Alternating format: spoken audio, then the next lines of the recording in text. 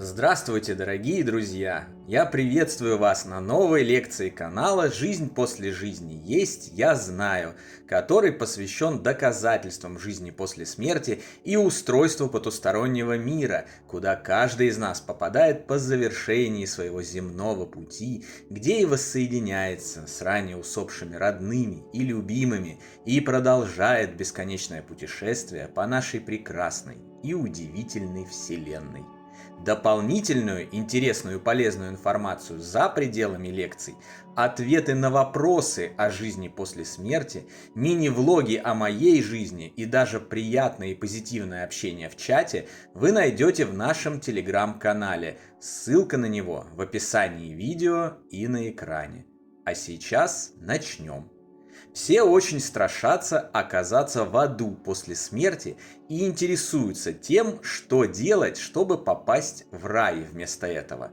Мы уже говорили об этом в некоторых предыдущих видео и наших книгах, а сегодня я расскажу вам о том, как одним простым действием обеспечить себе прекрасную загробную жизнь и объясню, почему крайне, критически важно еще при жизни на Земле совершить это действие, чтобы по завершении своего земного пути легко и без каких-либо осложнений и подводных камней обнаружить себя в раю и воссоединиться со своими ранее усопшими родными и любимыми, а значит уже прямо сейчас избавиться от стрессов, тревог, сомнений и страхов и обрести душевный покой, комфорт и счастье.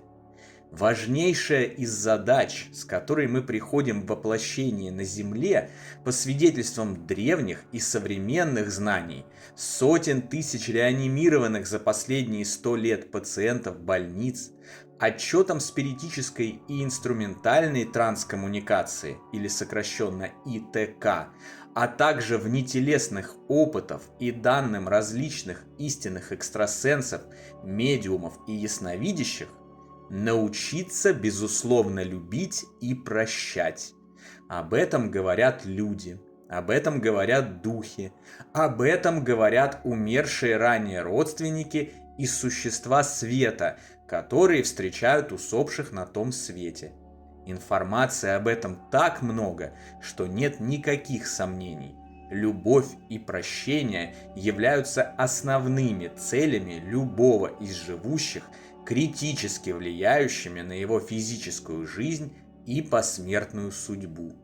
Вы, конечно, сейчас в это еще не верите, но что бы там ни казалось с точки обзора из нашего непростого земного мира, утонувшего в несправедливости, равнодушии, жестокости и зле, базово Вселенная сотворена Богом и стоит именно на указанных светлых принципах. И это, кстати, может проверить каждый, просто начав жить в соответствии с ними. Как только начинаешь это делать и не обращать внимания на окружающее зло и жестокие поступки людей, твоя жизнь тут же и налаживается, становится светлее, прекраснее и счастливее. Основная задача живущего как раз и состоит в том, чтобы устраниться от негативных эмоций и сосредоточиться на позитивных. Когда же мы позволяем злу влиять на нас, обращаем на него фокус своего внимания, затаиваем обиды и зло, несем их с собой весь жизненный путь, мы закрываем себя от света.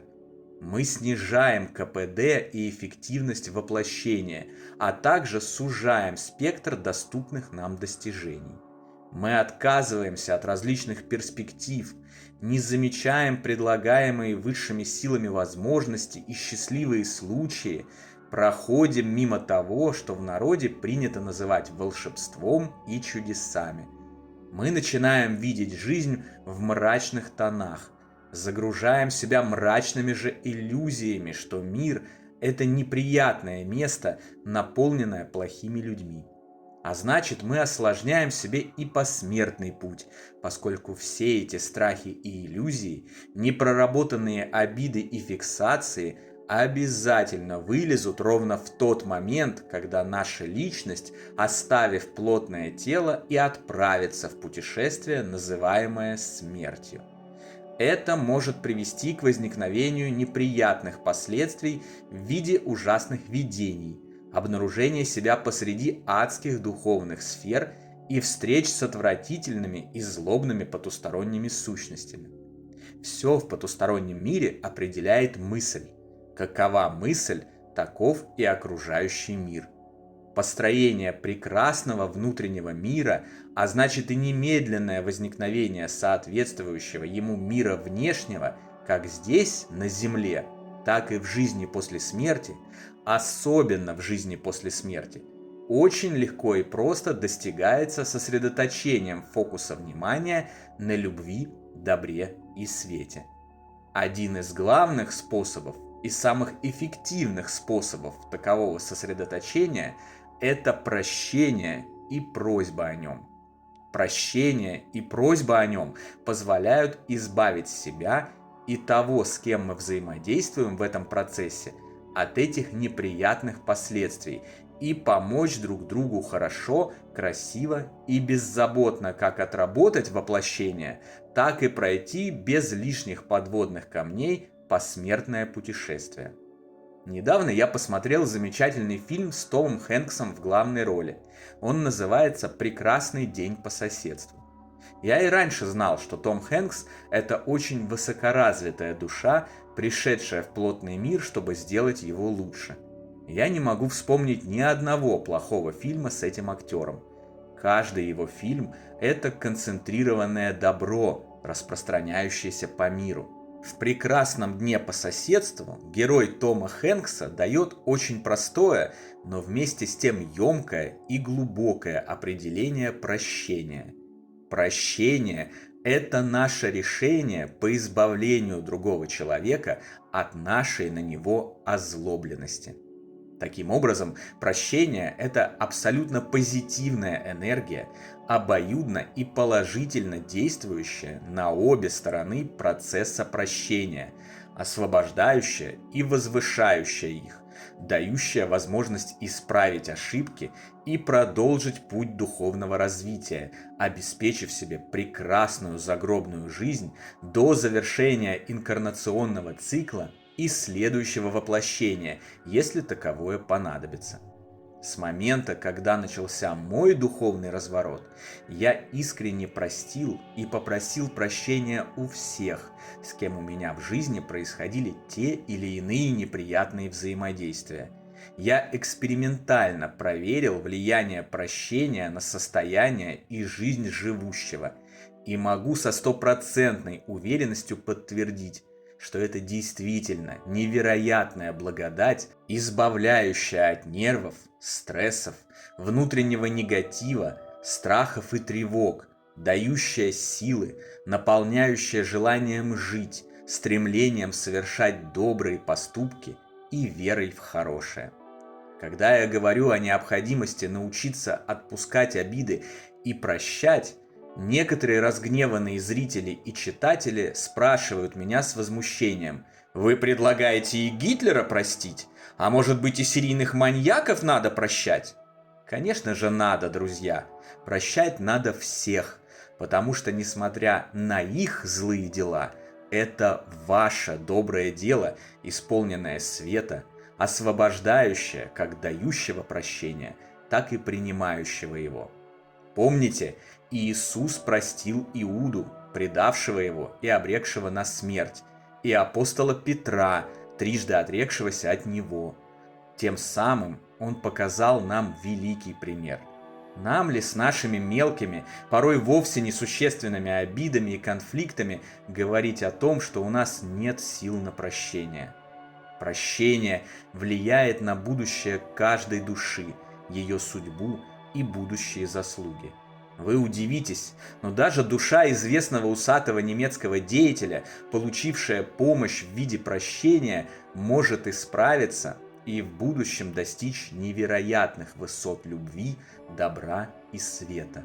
Но лишенная такого шанса, она навечно погрязнет во зле и будет творить его на протяжении вечности. Вот почему прощать надо всех, даже если в масштабах одной человеческой жизни кажется, что отдельные люди и не заслуживают прощения. Все познается в сравнении, и на все необходимо смотреть с точки зрения бессмертной души, живущей вечно, а не бренного физического тела с его запасом хода в 60-80 лет. Прощение – это наше решение по избавлению другого человека от нашей на него озлобленности. Это решение сильно увеличивает количество добра во Вселенной и рассеивает тьму. Как было бы здорово, если бы все приняли такое решение и освободили друг друга от зла. Будем реалистичны, мы не в силах в один момент достичь такого всеобъемлющего действия. Но с себя мы начать можем точно. Каждый может освободить как минимум 2 человек – себя и того, кого он прощает или просит о прощении. Так давайте не будем терять времени и сделаем это прямо сейчас. На сегодня это все, дорогие друзья. В качестве традиционного домашнего задания я попрошу вас практиковать прощение на регулярной основе. Прощайте людей как можно чаще, в любой момент жизни и в любой ситуации. Нахамила кассирша в пятерочке? Не вступайте в конфликт и не развивайте его. Скажите про себя «я тебя прощаю» и отправляйтесь дальше по своим делам. Толкнули в автобусе? Простите. Подрезал лихач на дороге? Простите. Столкнулись с любым другим неадекватным человеком? Простите и его. Прощайте как можно чаще и больше.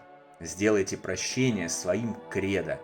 Вы очень быстро увидите, как это положительно влияет на вас и наполняет вашу душу самыми светлыми эмоциями, радостью и утешением. В следующий раз мы узнаем, как влияет вид смерти и события, происходившие с человеком на момент покидания им земного мира, на загробную жизнь. Не забудьте про наш Телеграм.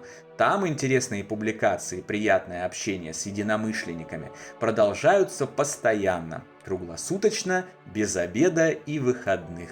Встречаемся на новой лекции здесь же, на нашем канале послезавтра. А пока всего вам самого лучшего, волшебного и замечательного.